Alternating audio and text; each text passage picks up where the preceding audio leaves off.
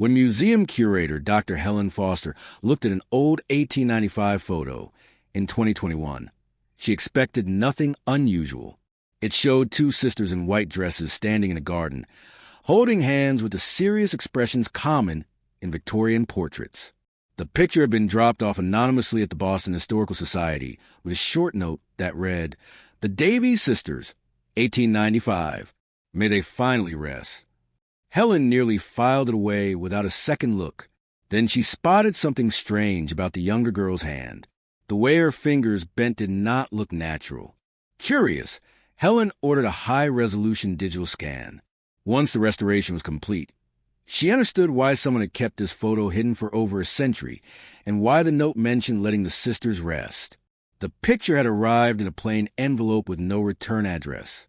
Inside was a single sepia photograph mounted on thick cardboard, typical of the late 1800s.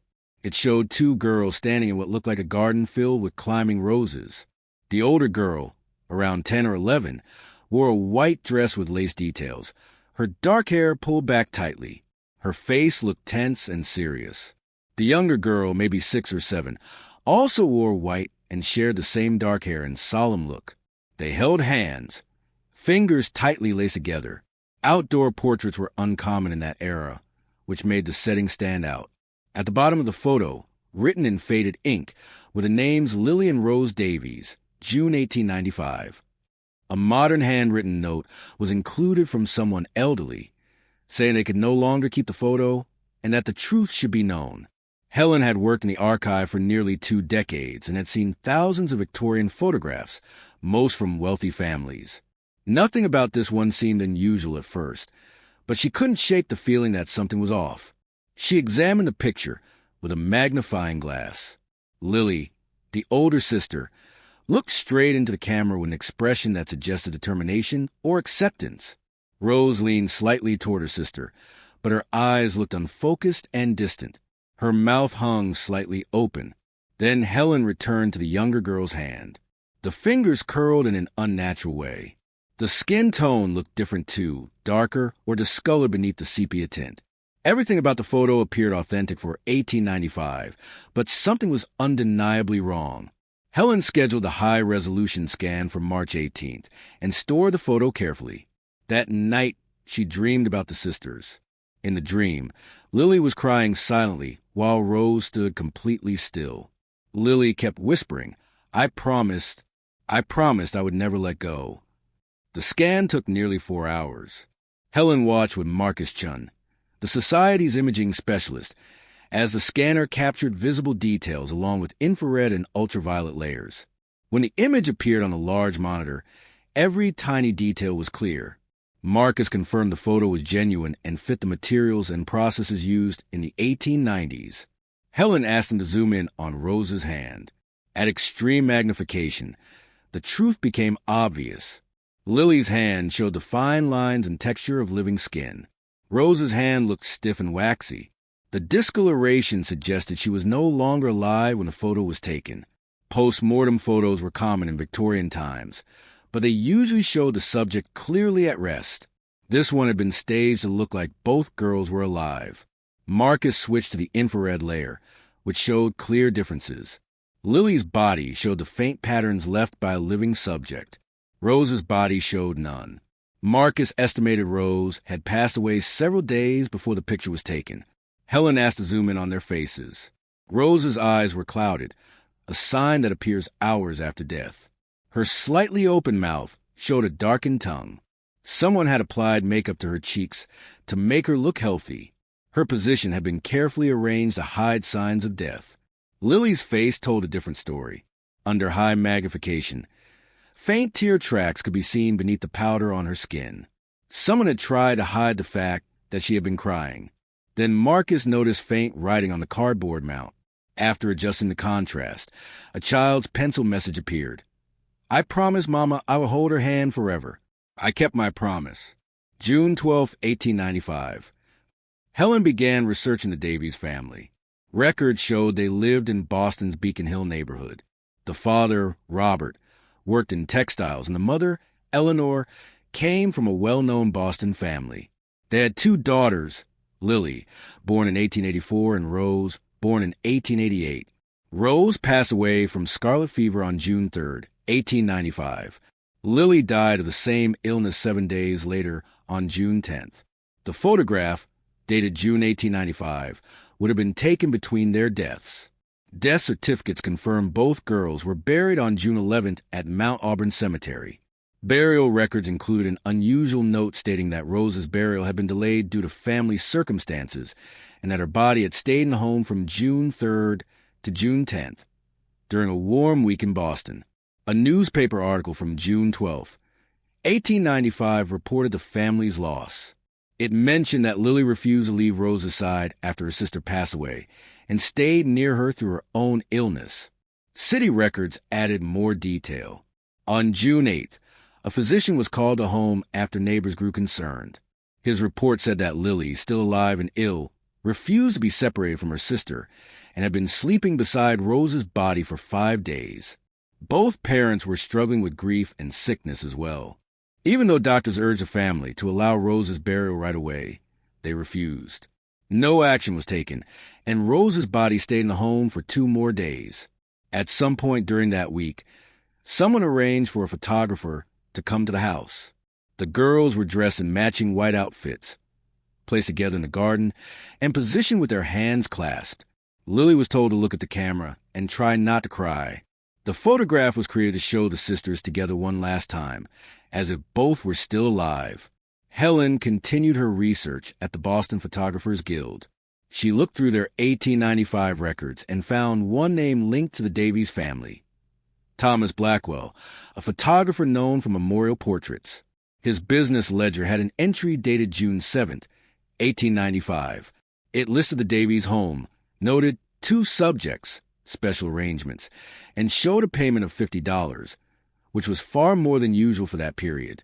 Helen searched for more information and located Blackwell's personal diary, donated years earlier by his granddaughter.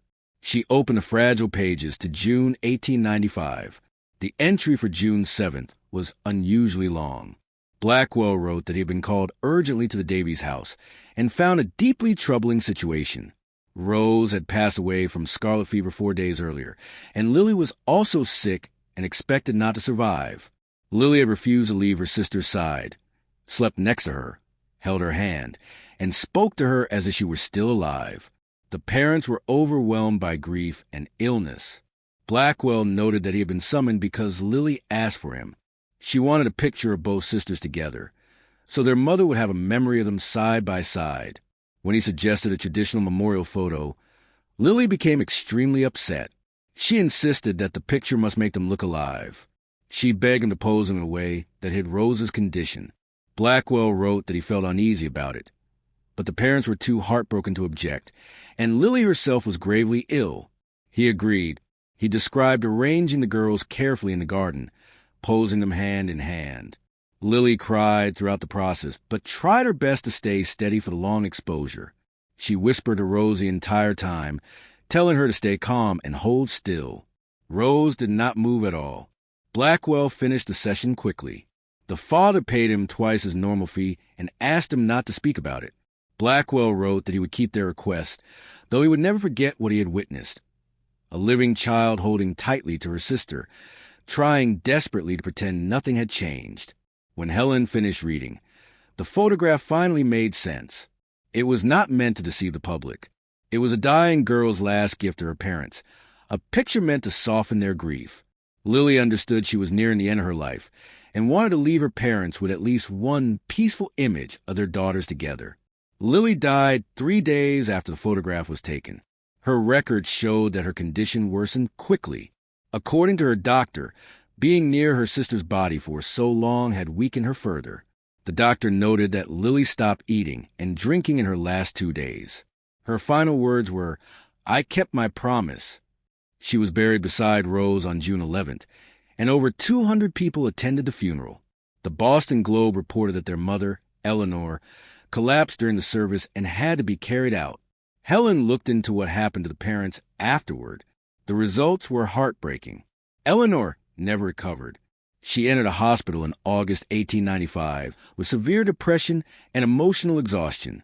She lived there for the rest of her life, mostly unresponsive, spending her days looking at the same photograph Helen had been studying. Robert sold the family home that fall and moved to New York. He later remarried, but the marriage did not last. His second wife said he was consumed by thoughts of the past. He died in 1904 at age 49. Helen continued tracing the photo's history. After Eleanor passed away in 1907, her belongings, including the photograph, went to her sister, Margaret Hartwell. Margaret recognized immediately what the picture showed. In her own diary, she wrote that Eleanor had stared at the photograph for 12 years because it captured the moment between having one daughter left and losing both. Margaret found the image too painful to keep in view, yet she also felt she could not throw it away. She placed it in a trunk, where it stayed for 50 years. When Margaret died in 1957, her daughter Catherine inherited it and kept it hidden. Catherine passed away in 1998, and the photo went to her son, James Hartwell. James, who was 73 at the time, finally chose to send it to the Historical Society in 2021. When Helen reached him by phone, he explained that he was 94 and nearing the end of his life. His mother had told him long ago that the picture was cursed, not in a supernatural sense, but because it showed love that held on too tightly. He said he did not want his own children to inherit its weight. He asked that history remember the girls instead. He passed away 2 weeks later. In April 2021, Helen presented her research to the Historical Society's board. Opinions were mixed. Some believed the photo was important evidence of how people in the Victorian era handled illness and grief. Others felt it was far too personal and painful to display publicly. Helen suggested a compromise: preserve the photograph carefully, document the story, and limit access to researchers. The board accepted her recommendation. The photo was archived, digitally saved, and placed in restricted storage with a detailed file outlining the family's history.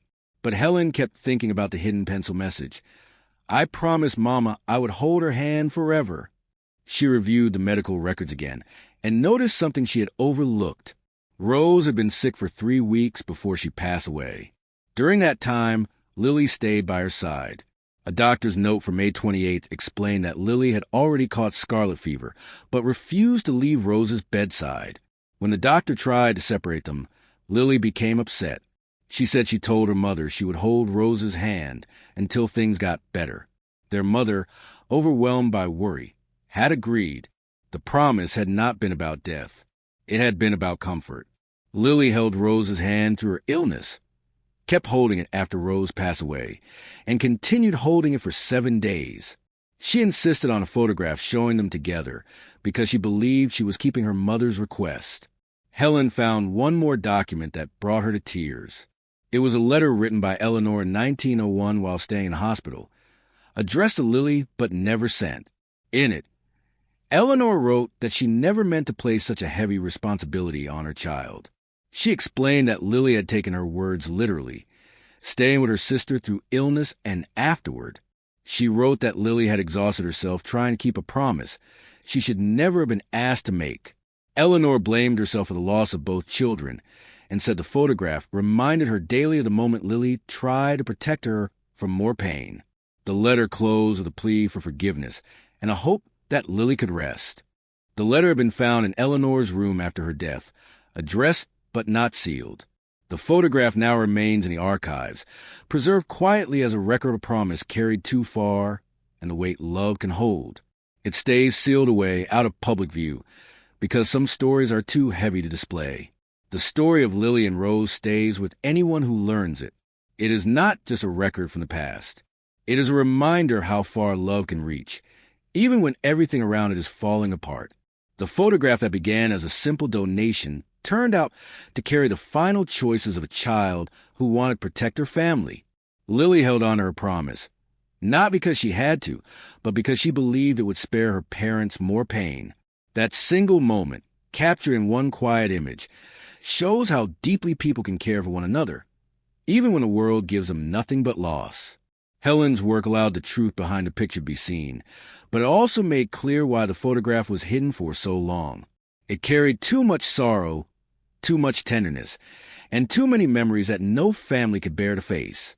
Now it rests in the archive, kept safe, handled with care, and understood for what it truly is, a final act of devotion from a girl who simply refused to let go.